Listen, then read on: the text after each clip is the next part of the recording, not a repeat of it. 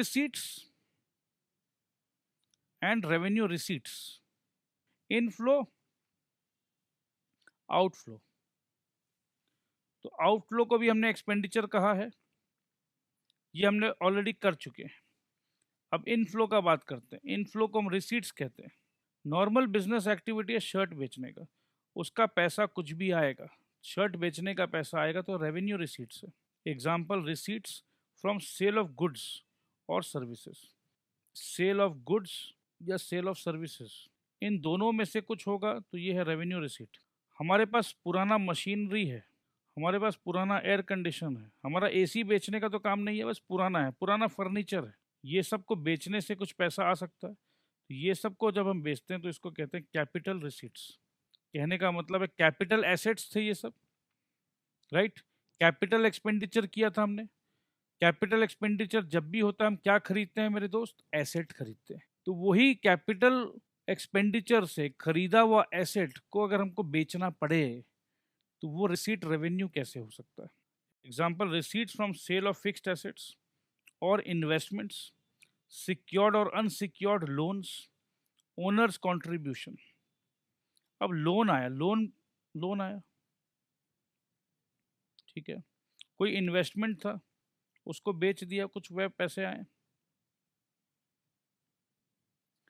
Owner मतलब जो मालिक है वो उसने कुछ पैसे दिए, उसको हम कहते हैं कैपिटल।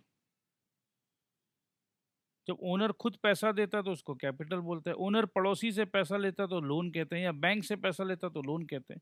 तो ये सब सारे पैसे को हम कहते हैं capital receipts. Revenue and capital receipts are recognized on accrual basis as soon as the right of receipt is established. Revenue receipt should not be equated with actual cash receipts। वही तो बोल रहे हैं कि actual cash receipts से इसको compare मत करो। Revenue receipts are credited to the profit and loss account. जब हम ये शब्द बोलेंगे क्रेडिटेड, तो देखो ये प्रॉफिट एंड लॉस अकाउंट है, ये डेबिट साइड होता है, ये क्रेडिट साइड होता है। जब भी हम बोलेंगे क्रेडिटेड मतलब क्रेडिट साइड में लिखते हैं, डेबिटेड मतलब डेबिट साइड में लिखते हैं।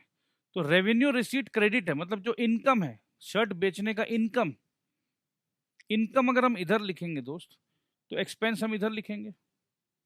इतना सही तो बात है। इनकम भी इधर लिखेंगे, एक्सपेंस भी इधर लिखेंगे, ऐसा थोड़ी ना होता है।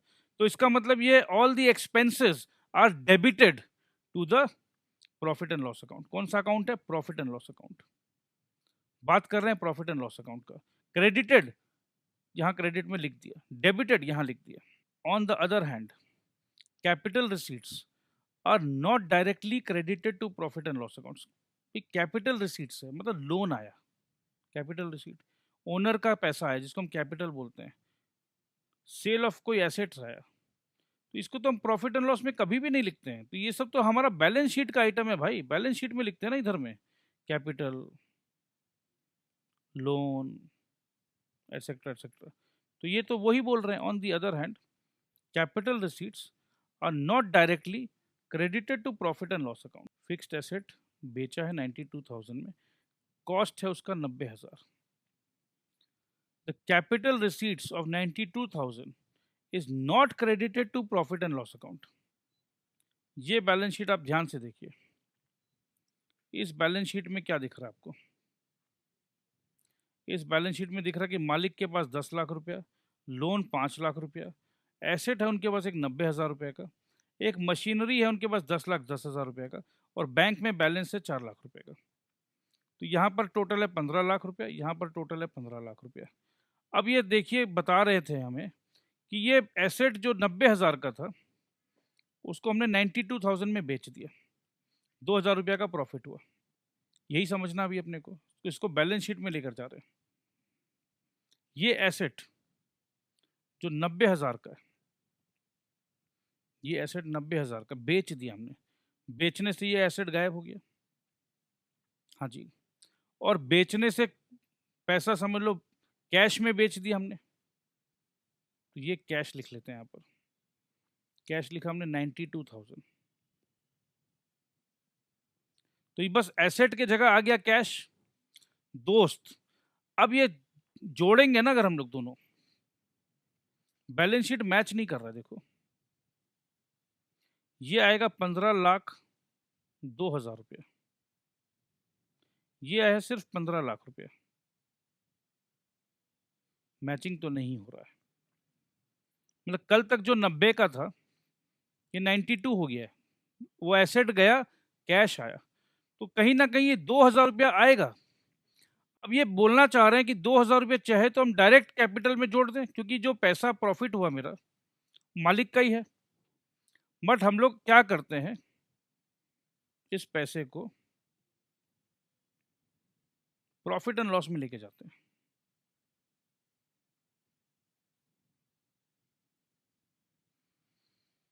इस पैसा को हम प्रॉफिट एंड लॉस में लिखते हैं बाय सेल ऑफ एसेट का जो 2,000 का प्रॉफिट हुआ। तो अगर कितना भी प्रॉफिट था, अगर कल तक जो भी प्रॉफिट था, अगर 90,000 था कल तक प्रॉफिट, तो ये 90 का 92 हो जाएगा। या अगर कोई भी ट्रांजैक्शन नहीं है, कुछ भी नहीं है, समझ लो कुछ भी ट्रांजैक्शन नहीं है, तो ये 2,000 रुपये तो कम से कम कहाँ जाएगा, यहाँ आएगा। वो पहले प्रॉफिट एंड लॉस में लिखेंगे, फिर यहाँ लिखेंगे। तो 2,000 ऐड करते के साथ कैपिटल में ये अपना मैच हो जाएगा 15,02,000। तो ये डायरेक्ट नहीं लिखते हैं, पहले P&L में लिखते हैं, फिर यहाँ लेकर आते हैं। Second hand furniture worth 9,000 was purchased. Repainting of the furniture cost is 1,000. Second hand है, इसको हम और अच्छा करेंगे ताकि हम इसको एसेट को पुट टू यूज कर पाए, एसेट को इस्तेमाल करने लायक बनाना है, राइट। तो ये 1,000 रुपया तो जुड़ जाएगा एसेट के कॉस्ट में। तो 9,000 plus 1,000। The furniture was installed by own workmen, wages for which is being 200 rupees। तो एसेट को जब तक हम इंस्टॉल नहीं करें, क्या हम एसेट को यूज कर पाएंगे मेरे दोस्त? नहीं कर पाएंगे। तो एसेट को यूज करने के पोजीशन तक जो भी खर्चा लगेगा वो एसेट के कॉस्ट पे जुड़ जाएगा। तो एसेट हम लिखते हैं बैलेंस शीट में, और एसेट को हम बोलते हैं कैपिटल एक्सपेंडिचर। तो ये 200 रुपया जो वेजेस है, वेजेस देखो, अब देखो यहाँ यही समझने का, राइट। तो वेजेस भले ही प्रॉफिट एंड लॉस में जाता है, बट यहाँ ये जो वेजेस लगा है, ये जो 200 रुपया खर्च हुआ है, ये एक एसेट के इंस्टॉलेशन के पीछे खर्चा हुआ है, इस एसेट को यूज में लाने के लिए खर्चा हुआ है। तो ये ऐड हो जाएगा एसेट के कॉस्ट में, ऐड हो जाएगा एसेट के कॉस्ट में, मतलब ये कैपिटलाइज हो जाएगा। दिस 200 रुपीज वेजेस, अगर किसी बच्चे को लगता है ये तो वेजेस है तो इसको तो हमको रेवेन्यू में डालना है, इसका मतलब वेजेस है तो रेवेन्यू में जाएगा, इसका मतलब ये प्रॉफिट एंड लॉस में जाएगा, तो वो गलत सोच रहे हो मेरे दोस्त। चलिए आंसर पढ़ते हैं। The total cost of the furniture should be treated as 10,200। यही बात हमने कहा आपको। 9,000 रुपया का एसेट था पुराना, 1,000 रुपया लगा रीपेंटिंग कॉस्ट, और 200 रुपया लगा इंस्टॉलेशन कॉस्ट। ये नहीं लगता तो हम एसेट को यूज नहीं कर पाते, तो कुल मिला के ये हुआ 10,200 रुपया। दीज अकाउंट्स, कौन से अकाउंट? ये रिपेयर वाले अकाउंट और वेज वाले account will be credited to the furniture account. मतलब अगर ये गलती से यहां लिख दिया गया है, अकाउंटेंट साहब आपने भूल कर दी है, तो ये यहां नहीं होगा, ये यहां से काट दो, ठीक है, ये यहां से काट दो और इसको आप सीधा ले जाओ, कहां ले जाओ? फर्नीचर अकाउंट में, फर्नीचर में जोड़ दो।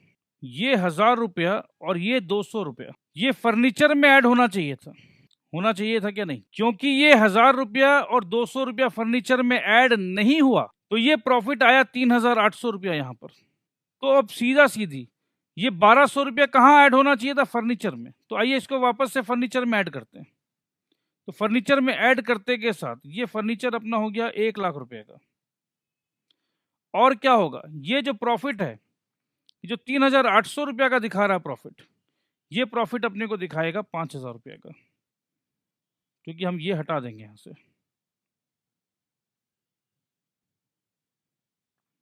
ये हटाते के साथ ये प्रॉफिट आएगा 5,000 रुपये का। अब देखिए अपना ये बैलेंस शीट मैच हो जाएगा, जो कि रियल बैलेंस शीट है और सही बैलेंस शीट है। प्रॉफिट अपना 3,800 से 1,05,000 में आ गया, सॉरी बैलेंस शीट का टोटल प्रॉफिट अपना 5,000 में आ गया और यहाँ ये 1,05,000 में आ गया।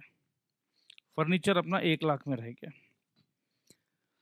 तो ये इम्पैक्ट कैसे करता है ये मैंने आपको दिखाया है। Expenses in connection with obtaining a licence for running the cinema worth 20,000 during the course of the year the cinema company was fined 1,000। Licence है 20,000 रुपये का, सिनेमा कंपनी को फाइन लग गया है 1,000 रुपये का for contravening rules. Renewal fees of 2,000 for next year also paid. बताइए क्या होगा। रिन्यूअल फीस 2,000 जो नेक्स्ट ईयर के लिए है इस साल ही पेमेंट हो गया है, तो बेसिकली अपने एडवांस में पेमेंट कर दिया है 2,000 रुपया। तो क्या ये इस साल का पैसा था? प्रॉफिट एंड लॉस बोलता है कि इस साल का खर्चा लिखो, इस साल का, दिस ईयर। ये तो एडवांस है नेक्स्ट ईयर के लिए, तो क्या ये पीएल में आना चाहिए?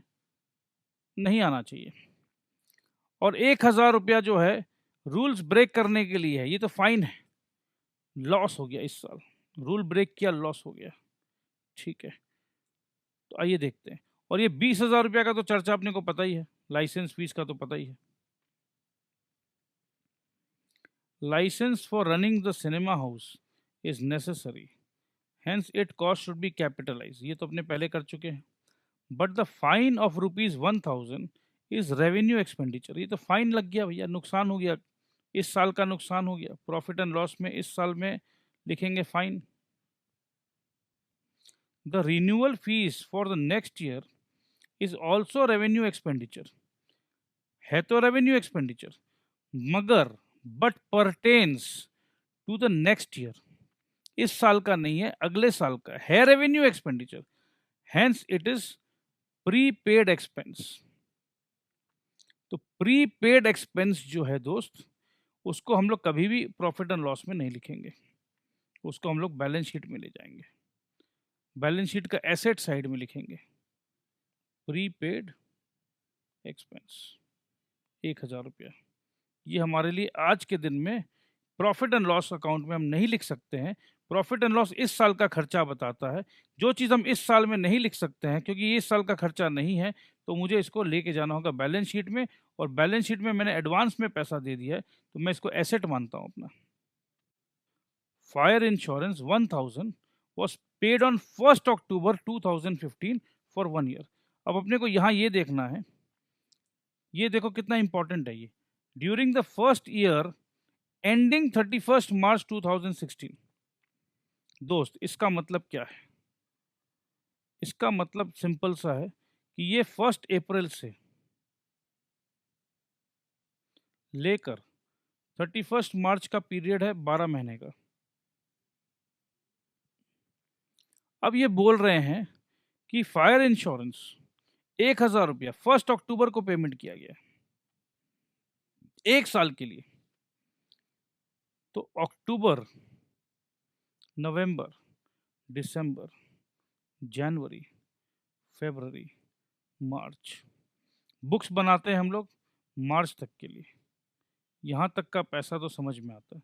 ये उसके बाद जो अप्रैल, मई, जून, जुलाई, अगस्त, सितंबर, ये जो पेमेंट है, मैंने तो 1 साल का पेमेंट दिया है, 1 अक्टूबर को पेमेंट दिया 1 साल का, तो मतलब ये यहाँ से लेकर पूरा यहाँ तक का है, सितंबर तक का, बीच में हमारा ईयर एंड हो जा रहा है। तो इसका मतलब ये कि 500 रुपया इस साल का, 500 रुपया एडवांस अगले साल का। कोई डाउट है आपको? कितना रुपया था? 1,000 रुपया। तो इस साल का जो खर्चा है दोस्त, वो इस साल के प्रॉफिट एंड लॉस में आ जाएगा, रेवेन्यू एक्सपेंडिचर। ये है एडवांस में खर्चा या प्रीपेड, तो ये बैलेंस शीट में चला जाएगा प्रीपेड एक्सपेंस बोलकर एसेट साइड में। तो ये रेवेन्यू एंड कैपिटल इतना इंपॉर्टेंट चैप्टर है कि जब भी हम फाइनल अकाउंट्स करते हैं, ये सब ही एडजस्टमेंट्स आपके फाइनल अकाउंट्स में मिलता है। जो अपने बोलते हैं सर सम्स कराइए, सम्स कराइए, सम्स कराइए, ये एडजस्टमेंट जो आप यहाँ सीख लोगे, जिंदगी भर भूलोगे नहीं। Half of the insurance premium pertains to the year beginning on April 2016. Hence, such amount should be treated as prepaid expense. The remaining amount is revenue expense for the current year. Temporary huts were constructed costing rupees 1200. Temporary huts ये अपने पहले भी कर चुके हैं। और अगर कुछ भी डाउट हो तो प्लीज तुरंत 9830175050 में अपना व्हाट्सएप वॉइस मैसेज में भेजिए कि सर मेरे को ये नहीं समझ में आया। Overhauling expenses of rupees 25,000 for the engine of a motor car to get better fuel efficiency, ये हम लोग कर चुके हैं दोस्त, तो ये पढ़ने का भी दरकार नहीं है, तो ये कैपिटलाइज होगा। Next, inauguration expenses of 25 lakhs incurred on the opening of a new manufacturing unit in an existing business. Existing business में इनॉग्रेशन एक्सपेंसेस, इनॉग्रेशन एक्सपेंसेस ये बड़ा ट्रिकी है मेरे दोस्त, 25 लाख रुपए लगा है। Inauguration expenses incurred on an opening of a new manufacturing unit in an existing business. Existing business में क्या है? New manufacturing unit. Inauguration expenses incurred on the opening of a new unit may help explore more customers. This expenditure is in the nature of revenue expenditure, as the expenditure may not generate any enduring benefit to the business over more than one accounting period. कि ये inauguration expense है, किसी भी factory का हमने नया inaugurate कर दिया।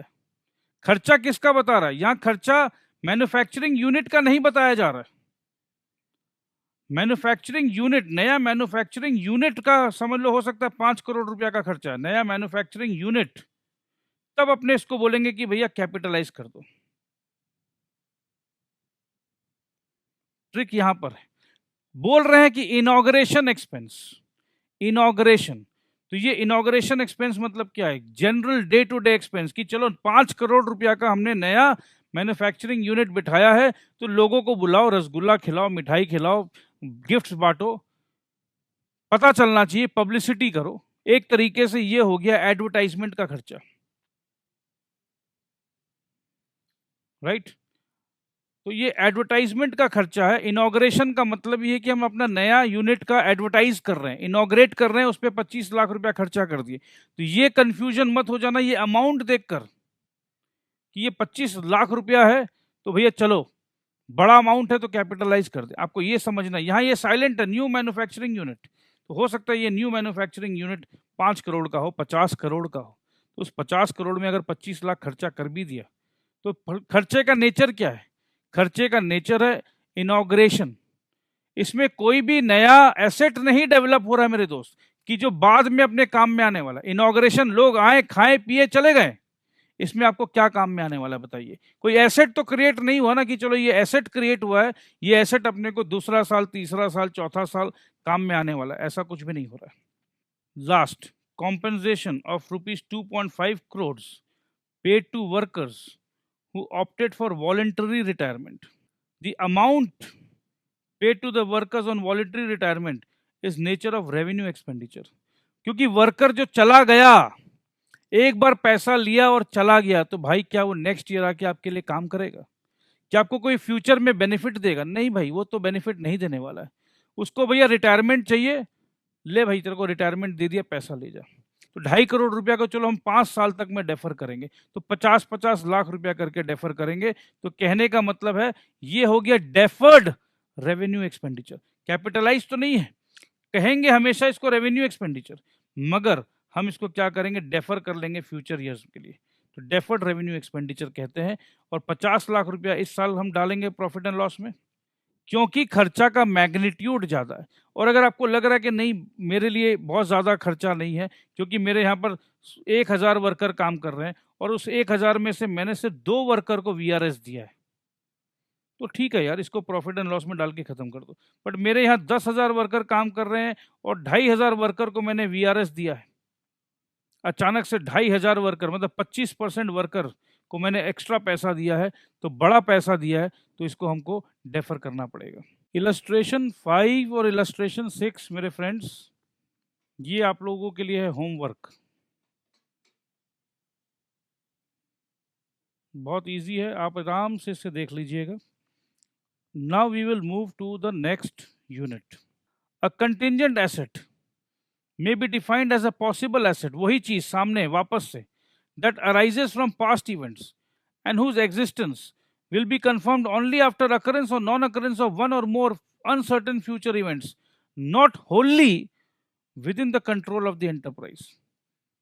भाई फ्यूचर पर किसका कंट्रोल है भाई? तो not wholly within the control of the enterprise, ठीक है। सस्पेंस है अभी भी। It usually arises from unplanned, कोई प्लानिंग नहीं किया हमने।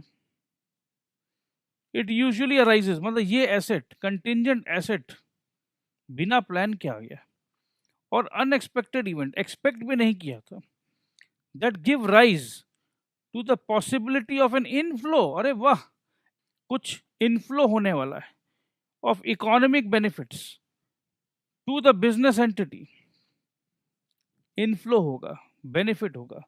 फॉर एग्जाम्पल, आइए दोस्त अब बेपर्दा करते हैं। फॉर एग्जाम्पल अ क्लेम, एक क्लेम है that an enterprise is pursuing through legal process where the outcome is uncertain is a contingent asset. Court में हमने कर दिया है केस, मेरा 20 लाख रुपया का मशीनरी आपके ये 2000 रुपया का ऑयल के कारण मेरा 20 लाख रुपया का मशीन खराब हो गया। मैंने कोर्ट में केस कर दिया इस कंपनी के खिलाफ कि ये कंपनी जो वादा किया है कि इस ऑयल के कारण आपका ये एसेट अच्छा हो जाएगा, बट अच्छा होना दूर का बात है, मेरा ये मशीन खराब हो गया। जज साहब, जज साहब इंसाफ दिलाइए, ये फ्रॉड कंपनी है, ये गलत गलत विज्ञापन देकर, गलत एडवर्टीजमेंट देकर मुझे गलत वादा किया कि आपका मशीन ठीक हो जाएगा। मेरा 20 लाख रुपया का नुकसान हो गया। जज साहब प्लीज, जज साहब कुछ करिए, मैं प्रूफ करूंगा, मैं इंजीनियर का रिपोर्ट दिखाऊंगा, मैं आपको सब रिपोर्ट्स दिखाऊंगा, आप देखिए, और प्लीज मेरा ये 20 लाख रुपया का जो नुकसान हुआ, जज साहब प्लीज मुझे इंसाफ दिलाइए, इस कंपनी को बोलिए कि मुझे 20 लाख रुपया दे। तो दोस्त अब वापस से पढ़ते हैं। अब अपने को समझ में आ गया कॉन्टिंजेंट एसेट क्या है। कोर्ट का केस अगर हम जीत जाएं इस कंपनी के खिलाफ, तो वो जो रुपया आएगा, वो जो रुपया आएगा कॉन्टिंजेंट एसेट, फिर से a contingent asset may be defined as a possible asset. देखो दोस्त, अब देखो सब कुछ समझ में आएगा आपको। पॉसिबल एसेट, ये जो 20 लाख रुपया आने वाला है, मैंने 20 लाख रुपया का क्लेम किया है, इसको हम रेवेन्यू नहीं बोल सकते मेरे भाई, क्योंकि हमारा मेन काम तो है शर्ट बेचने का। तो ये जो पैसा आने का है, ये हमने कोर्ट में केस किया है, एक पॉसिबल एसेट है। अगर आएगा, कोर्ट अगर बोलेगा कि नहीं भाई, इसके तेल के यूज करने से ही तुम्हारा मशीन खराब हुआ है, सामने वाला केस कर रहा है कि नहीं, हम जो केस कर रहे हैं, हम जो दावा कर रहे हैं कि इनका ऑयल के कारण मेरा मशीनरी खराब हुआ है, सामने वाला बोलेगा नहीं जज साहब, मेरे ऑयल में कोई दोष नहीं था, इनकी मशीन ही खराब थी, ये झूठा केस है। ऐसा हो सकता है ना, कई बार केस कोर्ट में केस को प्रूफ करना मेरे फेवर में, इट इज नॉट इम्पॉर्टेंट कि हम पहले से ही सोच लें, हम पहले से कैसे सोच लें कि हम जीतने वाले हैं, तो पॉसिबिलिटी है भी और नहीं भी है। तो आइए दोस्त, a contingent asset may be defined as a possible asset that arises from past events, past में कुछ घटना घटी थी, तेल लिया था हमने इनसे, and whose existence will be confirmed only after occurrence or non-occurrence of one or more uncertain future events not wholly within the control of the enterprise. It usually arises from unplanned or unexpected events that give rise to the possibility of inflow or economic benefits to the business entity. For example, a claim that an enterprise is pursuing through legal process where the outcome is uncertain is a contingent asset. तो ये एकदम clear है अब आपके पास। As per the concept of prudence, concept of prudence हम पढ़े हैं, as well as the present accounting standards. Prudence का कॉन्सेप्ट है, और आज के दिन में आपकी मदद करने के लिए हर जगह खड़ा है as, accounting standards, an enterprise should not recognize a contingent asset. मैं पहले से ही उछल कूद करूं, अरे भैया 20 लाख का क्लेम हो गया है कोर्ट में, अब तो भैया 20 लाख मिलने वाला है, आओ पूरे घर पे दावत करते हैं, दोस्तों को बुलाते हैं या बैलेंस शीट में लिख देते हैं। नहीं नहीं नहीं नहीं, प्रूडेंस बोलता है भाई दिमाग शांत रख, पैसा जब आएगा तब बोलना। तो अभी रिकॉग्नाइज नहीं करेंगे, मतलब बैलेंस शीट में इसका कहीं पर भी चर्चा नहीं होगा। बैलेंस शीट में शांत शांत गदाधार भीम शांत, तो बैलेंस शीट में इसका मेंशन कहीं पर भी नहीं होगा, जीरो। तो बैलेंस शीट में कोई इम्पैक्ट नहीं है। नीचे में बैलेंस शीट के नीचे में आप लिख सकते हो कि एक हमने 20 लाख का केस हैज बीन फाइल्ड, जहां हम उम्मीद कर रहे हैं कि 20 लाख रुपया हमें मिलेगा, ये आप लिख सकते हो। दीज एसेट्स आर अनसर्टेन, ये एसेट तो है, कॉन्टिंजेंट एसेट आर अनसर्टेन, कोई जरूरी नहीं है, and may arise from a claim which an enterprise pursues through a legal proceeding. There is uncertainty in realization of claim. ये तो एकदम सही बात है, कोई ज़रूरी नहीं है कि क्लेम मिल ही जाएगा। It is possible that recognition of contingent assets may result in recognition of income that may never be realized. अब मैं बैलेंस शीट में लिख तो दिया कि भाई आने वाला है आने वाला है आने वाला है, कोर्ट पे केस, केस पे केस। अरे वो सनी देओल का जो डायलॉग है, जज साहब मिली क्या तारीख, तारीख पे तारीख, तारीख पे तारीख, तो भैया ऐसा ही होता है हमारे देश में, तो मिलता है तारीख। तो हमने बैलेंस शीट में लिख दिया और मिल क्या रही है, तारीख, तो ये इनकम कभी रियलाइज शायद हो ही नहीं। However, when the realization of income is virtually certain, अब तो भैया जज साहब के ऑर्डर दे दिया है, जज साहब ने कह दिया है कि भैया तुम्हें 20 लाख देना है, तो अब तो एकदम सर्टन है, एकदम श्योर है, जज ने कह दिया है, तब हम लिख सकते हैं then the related asset no longer remains a contingent asset. ये जबरदस्त लाइन है मेरे दोस्त, सलाम करो इस लाइन को। ये लाइन को अगर आप समझ गए तो ही आप आगे इतना जो मैंने कहा है समझे। Realisation of income is virtually certain, the point my friend is certain. जब इनकम सर्टेन हो गया है, कंफर्म हो गया है, तो फिर ये कॉन्टिंजेंट नहीं रह गया है। कॉन्टिंजेंट तो तभी तक है, कॉन्टिंजेंट का मतलब ही है दोस्त अनसर्टेन। तो अनसर्टेन जब तक है इनकम, तब तक है कॉन्टिंजेंट। अब जज ने कह दिया है, फैसला कर ही दिया है, तब काहे का अनसर्टेनिटी। जब जज ने कह दिया तो अनसर्टेनिटी गई तेल लेने, अब तो हम सर्टेन है मेरे भाई। Then the related asset no longer मेरे भाई, no longer remains a contingent asset. मतलब अब तो ये एसेट बनना ही बनना है, तो ये कंटिंजेंट एसेट नहीं है, नो लॉन्गर।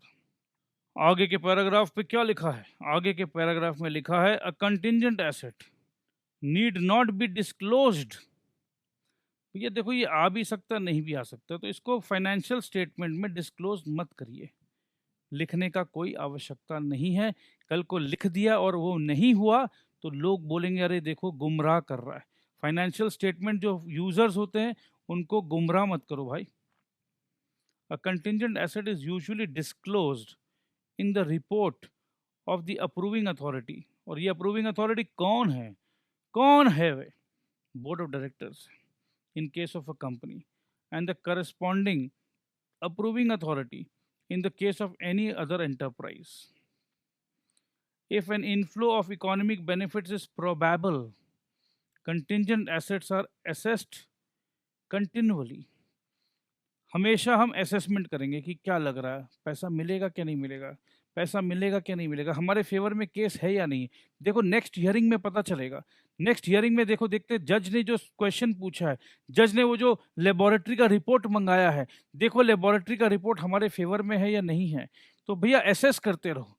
तो हमने कंटिन्यूसली एसेस किया है, and if it has become virtually certain, अब तो एकदम कंफर्म है, रिपोर्ट भी हमारे फेवर में है, सामने वाले ने बयान भी दे दिया है, उसका मैनेजर ने भी कबूल कर लिया है कि यस हमने गलती की थी, तो मोटा मोटी अब तो वर्चुअली सर्टेन हो गया है that an inflow of economic benefits will arise. ये 20 लाख रुपया तो आना ही आना है भैया, तय हो गया है, आएगा ही आएगा। The asset and the related income are recognised in the financial statements of the period in which the change occurs। ये चेंज मतलब क्या है? अभी तक तो हम जा रहे थे, रोज कोर्ट का कचहरी कर रहे थे, जज के पास जा रहे थे, अभी तक कोई खबर नहीं था, अभी तक हम वर्चुअली सर्टेन नहीं थे भाई, वर्चुअली सर्टेन नहीं थे हम। अब जाके हम वर्चुअली सर्टेन हो गए कि अब हरा हरा नोट आने वाला है। वर्चुअली सर्टेन है तो जिस पीरियड में ये चेंज अकर होगा, जिस पीरियड में ये गुड न्यूज़ मिलेगा, जिस पीरियड में जज साहब खुश होकर बोलेंगे भाई तुम चिंता मत कर, अब तुम्हें तुम्हारे फेवर में जजमेंट आएगा, उसी साल का फाइनेंशियल स्टेटमेंट पे हम ये इनकम को या एसेट को रिकॉर्ड करेंगे। इतना सा बात है। कॉन्टिंजेंट लाइबिलिटी बस इसी का अपोजिट है। जो कंटिंजेंट एसेट पढ़ाया है हमने उसी का एकदम बैंक अपोजिट है। यहाँ पर केस हमने किया था, पैसा हमें मिलना था, अब कल को ऐसा हो जाए कि सामने वाला केस कर दे हमारे ऊपर और हम जम के मुकाबला कर रहे हैं कि नहीं भाई ये जो केस है ये बेबुनियाद है, गलत है, बट फिर भी कभी कभी ऐसा हो सकता है कि हमें पैसा देना पड़ जाए। तो अगर हमें पैसा देना पड़ जाए तो ये कॉन्टिंजेंट लायबिलिटी है। अगर हम एस्टिमेट बना ही नहीं पा रहे हैं तो हम लिखेंगे नहीं कुछ, बट अगर हम एस्टिमेट बना पा रहे हैं और मेरे को लग रहा है कि ये देना पड़ेगा, तो जिस समय हमें लग रहा है कि देना पड़ेगा तो उस समय से हम लिखना स्टार्ट कर देंगे। क्या करेंगे हम? A provision is recognized in the financial statements for the period in which the change probability occurs। देखो हम लोग हमेशा कंजर्वेटिव प्रिंसिपल को फॉलो करते हैं। कंजर्वेटिज्म बोलता है कि भाई देखो अगर कुछ आ रहा है तो प्रूडेंस बोलता है भैया अपना दिमाग लगाओ, आ रहा है तो उछलो मत। बट अगर जाने का कुछ लग रहा है कि जाने वाला है, आने वाला था तो बैलेंस शीट में लिखो भी मत, बट अब जाने का लग रहा है कि भाई एक तो लग रहा है कि जाएगा ये, राइट? तो जैसे ही आपको लग रहा है कि जाएगा तो provision is recognised in the financial statements of the period in which the change of the probability occurs except in. हाँ, ये जो प्रोविजन हम कब नहीं बनाएंगे? जब हमको एस्टिमेट ही नहीं पता है। जब कुछ पता ही नहीं है तो क्या बनाएंगे, लिखेंगे क्या? तो दोस्त अब डिस्टिंक्शन लाइबिलिटी और कंटिंजेंट लाइबिलिटी। लाइबिलिटी मतलब एक ऑब्लिगेशन जो श्योर शॉर्ट है, ये तो देना ही है, और कंटिंजेंट लाइबिलिटी मतलब हम श्योर नहीं है इसीलिए वो कंटिंजेंट है।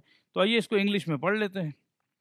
The distinction between a liability and a contingent liability is generally based on the judgement of the management. क्या बात है यार, मजा आ गया भैया, मैनेजमेंट को ही तो देना है।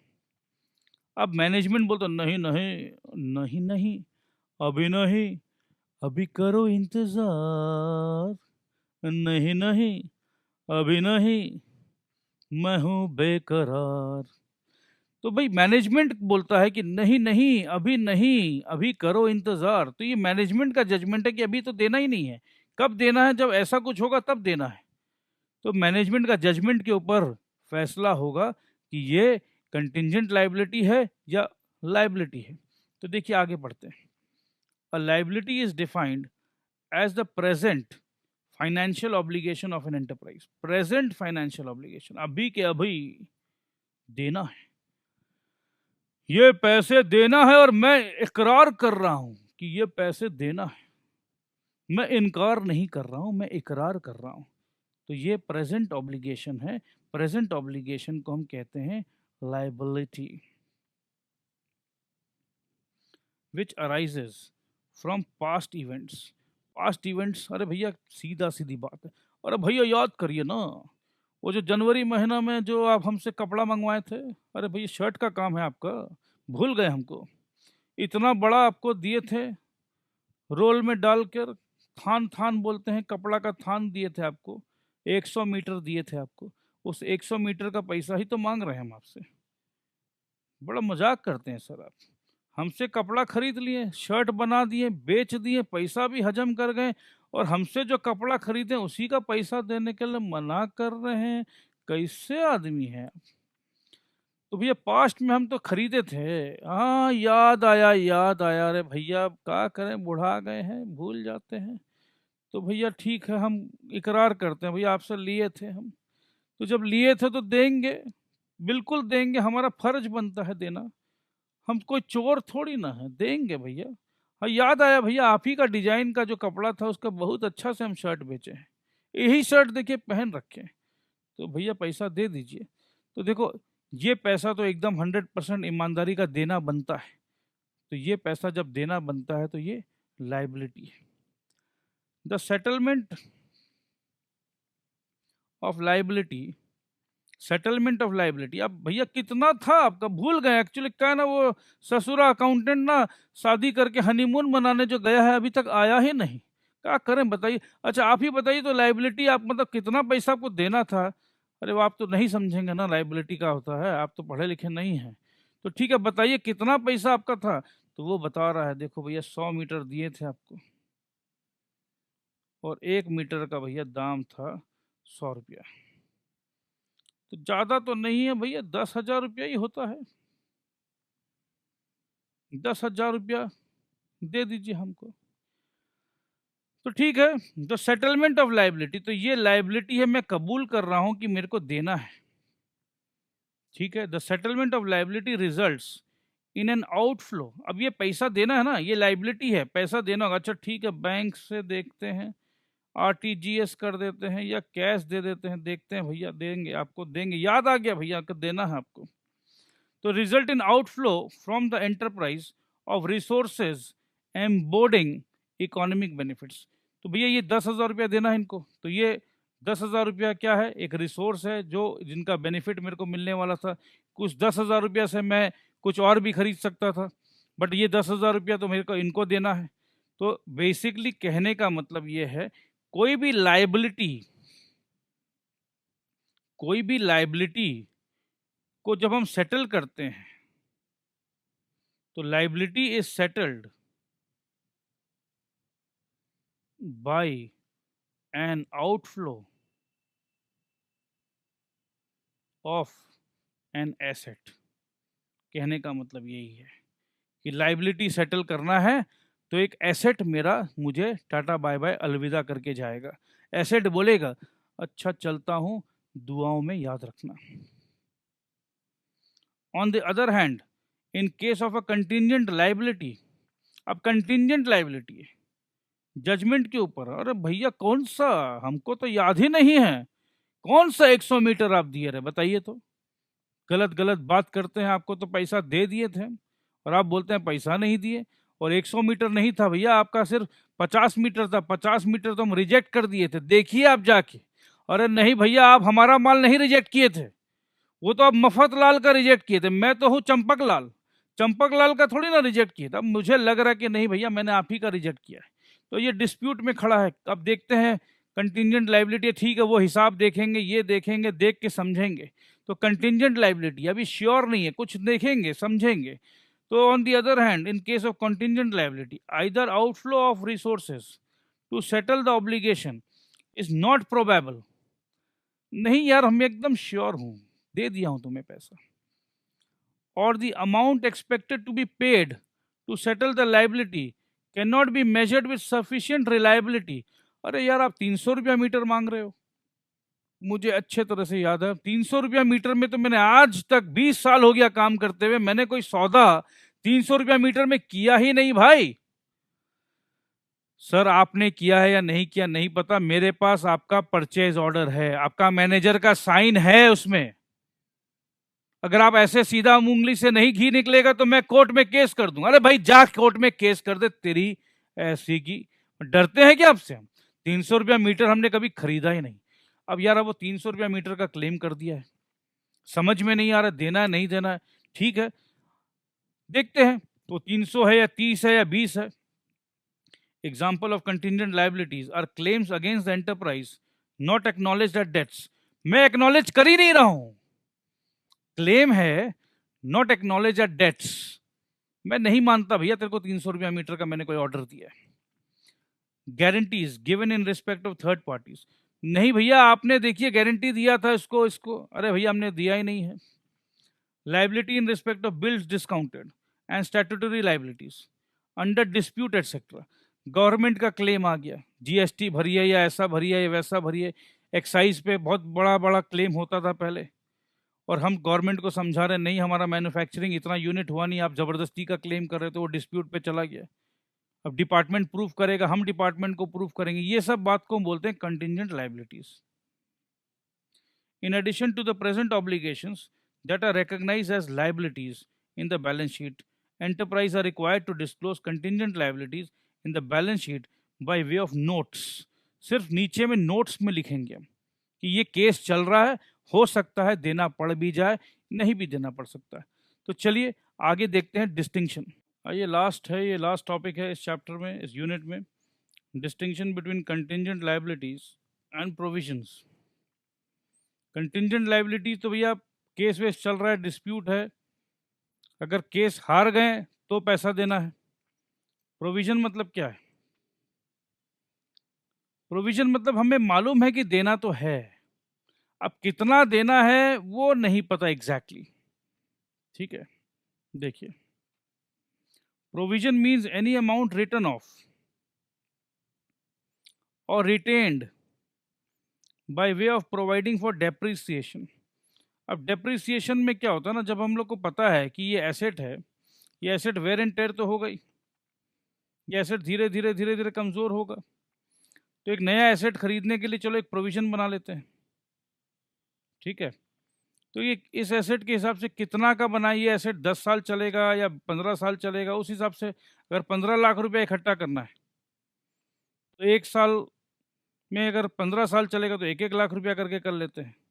तो इसे कहते हैं प्रोविजंस, कि भाई बनाना तो है, ये एसेट डेप्रिशिएट तो होना ही है, राइट, तो अब प्रोविजन बना लेते हैं।